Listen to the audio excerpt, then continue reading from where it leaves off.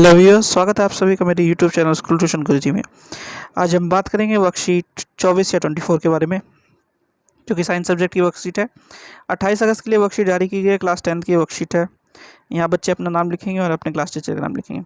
अगर हम ध्यान से देखें तो जब हम वर्कशीट को देखेंगे तो ये वर्कशीट 22 और 23 यानी 22-23 का अगला भाग है।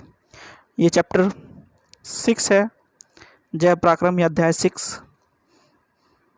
तो अब अगर पिछली आपको वर्कशीट का कुछ याद हो तो हमने पोषण पढ़ा था। पोषण में हमने क्या किया था कि हमने भोजन जो प्राप्त किया था उससे कुछ ऊर्जा प्राप्त की थी उस पोषण से। इस बार हमें पढ़ना है श्वसन। सामान्य भाषा में श्वसन का अर्थ है ऑक्सीजन का लेना और कार्बन डाइऑक्साइड का छोड़ देना। ये हमारा श्वसन है। तो आइए एक बार देख लेते हैं कि एनसीईआरटी की बुक्स क्या कहती हैं आपके इस बारे में। आइए तो एनसीईआरटी को देखते हैं एक बार। आपकी एनसीईआरटी की बुक्स कहती हैं कि जिन पदार्थों का अंतःग्रहण पोषण पराक्रम में होता है, कोशिकाएं उनका उपयोग विभिन्न जैव पराक्रमों में ऊर्जा प्रदान करने के लिए करती हैं। विविध जीव इसे भिन्न विधियों द्वारा करते हैं। कुछ ऑक्सीजन का उपयोग ग्लूकोज को पूर्णतः कार्बन डाइऑक्साइड तथा जल में विखंडित करने के लिए कहते हैं, जबकि कुछ जीव दूसरे पथ का प्रयोग करते हैं जिसमें ऑक्सीजन प्रयुक्त नहीं होती। अब इसमें चित्र 6.8 में इन अवस्थाओं के बारे में बताया गया है और यह आपका चित्र 6.8 है जिसमें भिन्न पथों द्वारा ग्लूकोज का विखंडन बताया गया है। और दूसरी चीज जो एक मेन चीज़ जो आपको बताई गई है वो ये बताई गई है कि किस तरह ये विखंडन होता है। तो ये देख लेते हैं। ग्लूकोज का पूर्णतः कार्बन डाइऑक्साइड तथा जल में विखंडित करते हैं, जबकि कुछ जीव दूसरे पथ का उपयोग करते हैं।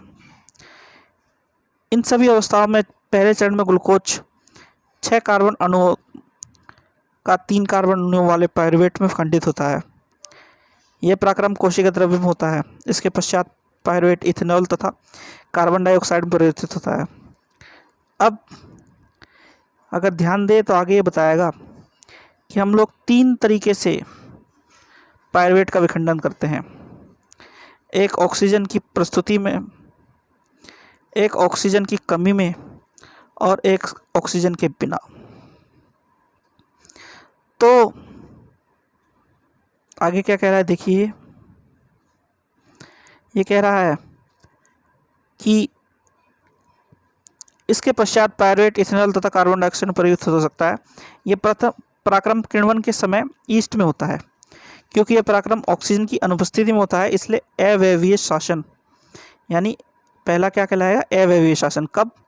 जब ऑक्सीजन की अनुपस्थिति में होगा। आगे है पायरुवेट का विखंडन ऑक्सीजन का उपयोग करके माइटोकॉन्ड्रिया में होता है। अगर ऑक्सीजन का उपयोग होगा तो ये पराक्रम माइटोकॉन्ड्रिया में होगा और ये पराक्रम 3 कार्बन वाले पायरुवेट के अणुओं को विखंडित करेगा। आगे कह रहा है ये, और 3 कार्बन डाइऑक्साइड के अणु देगा। दूसरा उत्पाद होगा जल। क्योंकि ये पराक्रम ऑक्सीजन की उपस्थिति में होगा इसलिए वायवीय श्वसन कहलाएगा। ये कहलाएगा वायवीय श्वसन। यानी 2 श्वसन मैंने आप लोगों को बता दिए 3 में से। पहला ऑक्सीजन की उपस्थिति में, दूसरा ऑक्सीजन की अनुपस्थिति में और तीसरा है ऑक्सीजन की कमी में। तो ऑक्सीजन की उपस्थिति वाला हो गया क्या, वायवीय श्वसन, और ऑक्सीजन की अनुपस्थिति वाला हो गया अवायवीय श्वसन। ठीक है। अब क्या कह रहा है ये आगे, वायवीय श्वसन में ऊर्जा का मोचन अवायवीय श्वसन की अपेक्षा अधिक होता है। कभी कभी हमारी पेशी कोशिकाओं में ऑक्सीजन का अभाव हो जाता है, तब पायरुवेट विखंडन के लिए दूसरे पथ अपनाता है। ये एक अन्य कार्बन के साथ अणु लैक्टिक अम्ल में परिवर्तित हो जाता है। यानी कि इस वाले पराक्रम में कब, जब ऑक्सीजन की कमी है तो हमारे शरीर में लैक्टिक अम्ल का निर्माण होना शुरू हो जाता है, जब हमारी पेशियों में, जिसके कारण क्रैम्प होते हैं। ठीक है। तो ये आपका ये भिन्न प्रकार के पथों का ग्लूकोज विखंडन का आपको डायग्राम दिखाया गया है। ये ग्लूकोज है 6 अणुओं वाला, जो कि कोशिका द्रव्य में विखंडित हुआ। पायरुवेट में 3 अणु ऊर्जा के साथ। अब ऊर्जा की पूर्ण उपस्थिति में माइटोकॉन्ड्रिया विखंडित होकर कार्बन डाइऑक्साइड, जल और ऊर्जा बनाएगा। अगर ऑक्सीजन का अभाव है तो हमारी पेशी कोशिकाओं में चले जाएगा। लैक्टिक अम्ल ऊर्जा या 3 कार्बन अणुओं का निर्माण करेगा और ऑक्सीजन की पूर्ण अनुपस्थिति में ईस्ट जैसे कि इथेनॉल और कार्बन डाइऑक्साइड का निर्माण करेगा कुछ ऊर्जा के साथ। तो आइए देखते हैं अब आपकी वर्कशीट क्या कह रही है। आपकी वर्कशीट में देखें तब हम, तो ये पहला पॉइंट है श्वसन। श्वसन वह प्रक्रिया है जिसमें सजीव भोजन से ऊर्जा उत्पन्न करते हैं। ये हमने पढ़ा है भी एनसीईआरटी में कि पोषण जब होता है कुछ तो हमें भोजन मिलता है, भोजन से हम ऊर्जा के लिए कार्य करते हैं। अब इसके लिए ऑक्सीजन की उपस्थिति होना ज़रूरी है अगर ये वायवीय श्वसन है, अभी हमने पढ़ा था। तो आगे देखते हैं क्या कहता है। ये है सांस लेना।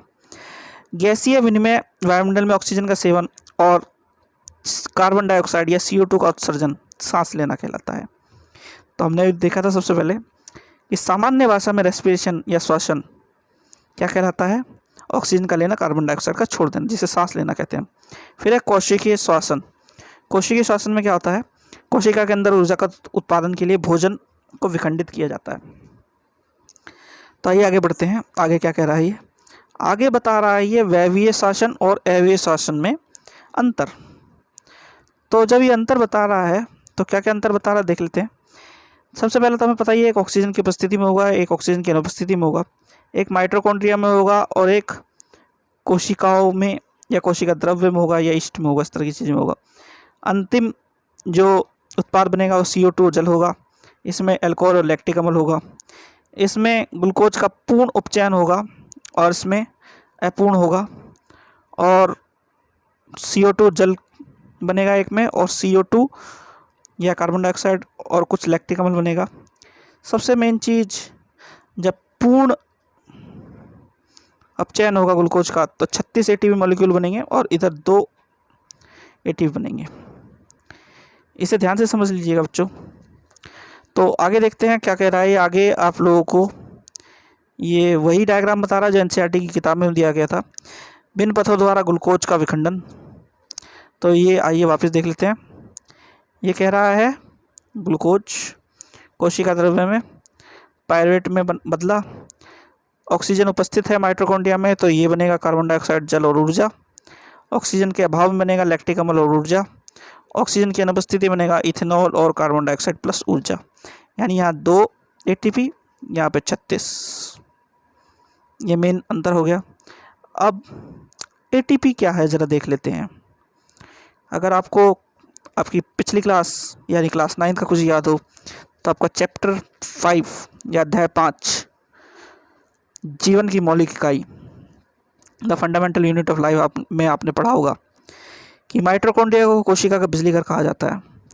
और यहाँ पे भी हम देख रहे हैं कि ऊर्जा का निर्माण माइटोकॉन्ड्रिया में हो रहा है। तो ऊर्जा के विनिमय के लिए या ऊर्जा के परिचालन के लिए या ऊर्जा मुद्रा के रूप में ATP का उपयोग होता है, जिसे एडिनोसाइन ट्राइफॉस्फेट कहते हैं। तो ये क्या क्या करता है आइए देखते हैं। श्वसन में उत्पन्न ऊर्जा को इस रूप में संग्रहित किया जाता है और ATP को बनाता है या तोड़ता है तो यह 2 से 3 बॉन्ड में टूट जाता है, 3 से 2 बॉन्ड में टूटता है। अब आगे क्या कह रहा है, हाइड्रोलाइसिस होने पर ये 30.5 किलो जूल पर मोल के तुल्य से ऊर्जा मोचित करता है और कोशिका की ऊर्जा मुद्रा कहलाता है और कोशिका के अंदर होने वाली क्रियाओं का परिचालन करता है। यानी कि कोशिका के अंदर जितनी भी जय क्रियाएं होती हैं उनका परिचालन इसके द्वारा होता है। आइए अभ्यास के प्रश्न देख लेते हैं। कोशिका की ऊर्जा इकाई ATP। किस भाग में पायरुवेट के विखंडन में CO2 जल तथा ऊर्जा प्राप्त होती है। तो ध्यान दीजिए, CO2 जल तथा ऊर्जा तभी प्राप्त होगी जब पूर्ण विखंडन होगा और ऑक्सीजन की उपस्थिति में होगा, तो ये माइटोकॉन्ड्रिया में होता है। फिर है वायवीय तथा अवायवीय श्वसन में अंतर स्पष्ट कीजिए। वायवीय तथा अवायवीय श्वसन में अंतर स्पष्ट करने के लिए ये आपका अंतर है, इसे ध्यान से देखिएगा और लिखिएगा। अगला है क्वेश्चन नंबर 4, इन 3 पदों की व्याख्या कीजिए जिसके द्वारा विभिन्न जीवों में ग्लूकोज का विखंडन होता है। तो यहाँ पे आपको इसकी व्याख्या करनी है, ये बताना है कि ग्लूकोज से पायरुवेट बना और ऑक्सीजन की उपस्थिति में, ऑक्सीजन के अभाव में और ऑक्सीजन की अनुपस्थिति में क्या क्या चीज़ें बनी, इन चीज़ों को बताना आपको और क्या हुआ इसमें ये बताना है।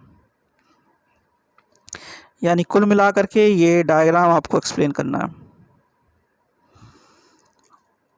आखिरी क्वेश्चन है, एटीपी का पूरा नाम लिखिए। एटीपी का पूरा नाम है एडिनोसाइन ट्राइफॉस्फेट। तो ये वर्कशीट आपकी कंप्लीट हो गई है। आशा करता हूँ आपको वीडियो पसंद आई होगी। अगर वीडियो पसंद आई है तो चैनल को सब्सक्राइब कीजिए, वीडियो को लाइक कीजिए, शेयर कीजिए। Thank you.